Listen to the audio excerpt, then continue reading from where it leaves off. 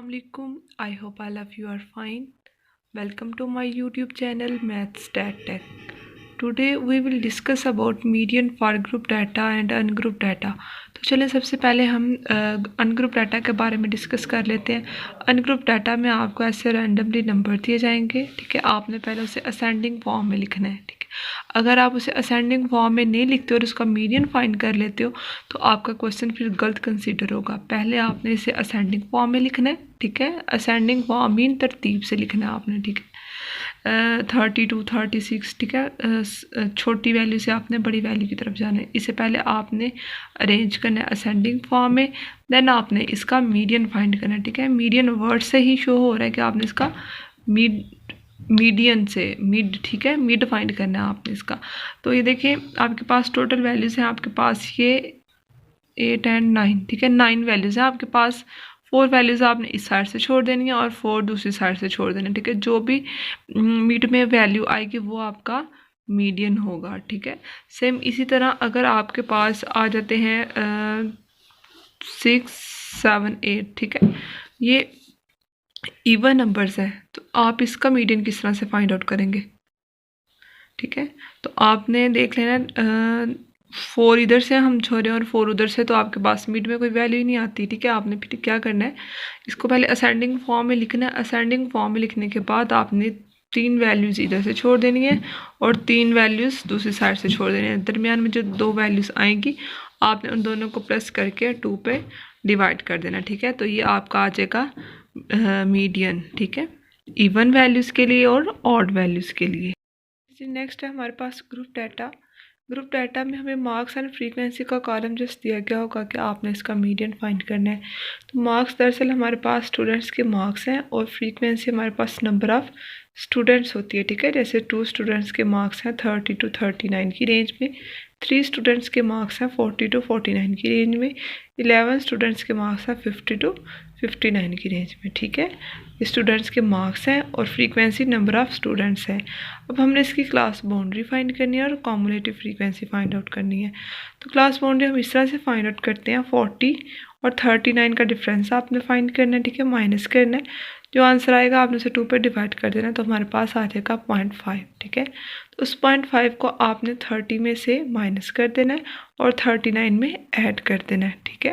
तो ये देखिए 30 में से जब आप 0.5 माइनस करेंगे तो आपके पास आ जाएगा 29.5, ठीक है। और 39 में जब आप ऐड करेंगे तो 39.5 आ जाएगा। सो ऑन इसी तरह आपने लोअर क्लास बाउंड्रीज और अपर क्लास बाउंड्रीज का कॉलम बनाना है, ठीक है। 40 में से जब आप 0.5 माइनस करेंगे तो 39.5 आ जाएगा और जब 40 में से 40 में ऐड करेंगे तो 49.5 आ जाएगा, ठीक है। नेक्स्ट आपने कॉमुलेटिव फ्रीक्वेंसी फाइंड करनी है।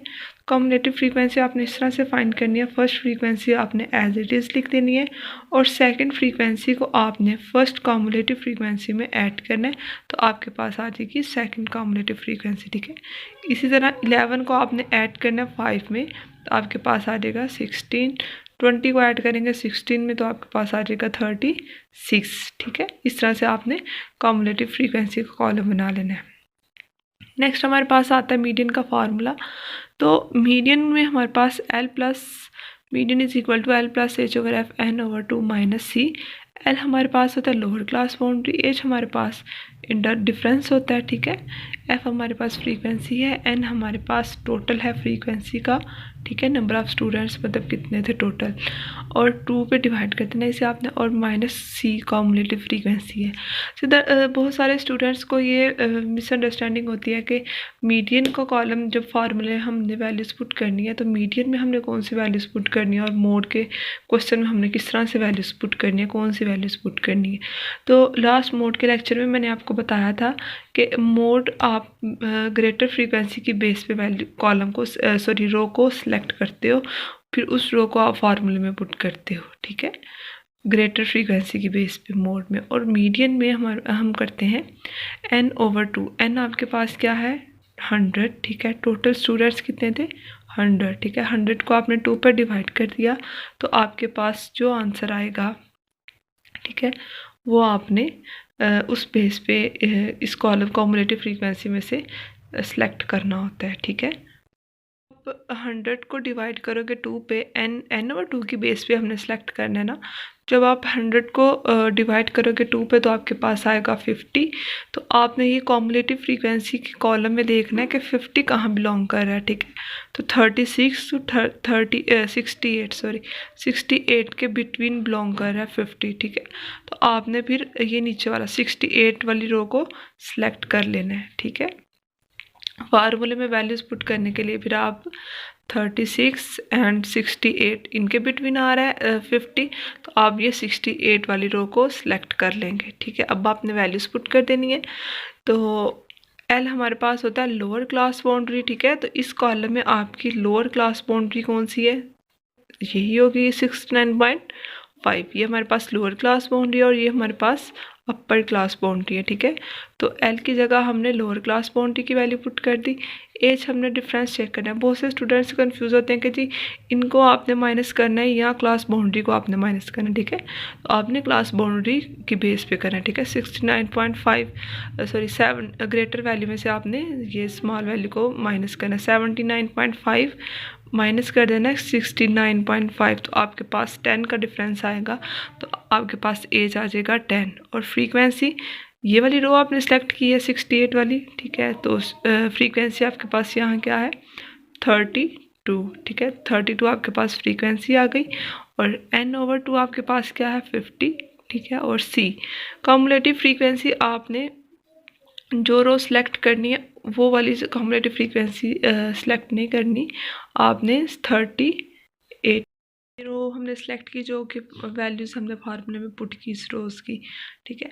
तो आपने कम्युलेटिव फ्रीक्वेंसी जो है जो आपने रो सेलेक्ट करनी है उससे ऊपर वाली आपने कम्युलेटिव फ्रीक्वेंसी रखनी है, ठीक है। तो ये सारी वैल्यूज़ हमने फार्मूले में पुट कर दी। आपको पता चल गया होगा हमने वैल्यूज़ किस तरह फार्मूले में पुट की हैं और कौन कौन सी की हैं। तो इसे फिर सॉल्व आउट कर लें। 50 - 36 14 आ जाएगा और 10 डिवाइडेड बाई 32 0.3125 आ गया। इन्हें मल्टीप्लाई करने से आपके पास आ जाएगा 4.38 और 69.5 में जब ऐड किया तो हमारे पास आंसर आ जाएगा मीडियन का। और ये था हमारा आज का topic, median for group data and median for ungroup data. I hope आपको समझ आ गई होगी। Thanks for watching. अल्लाह हाफिज़।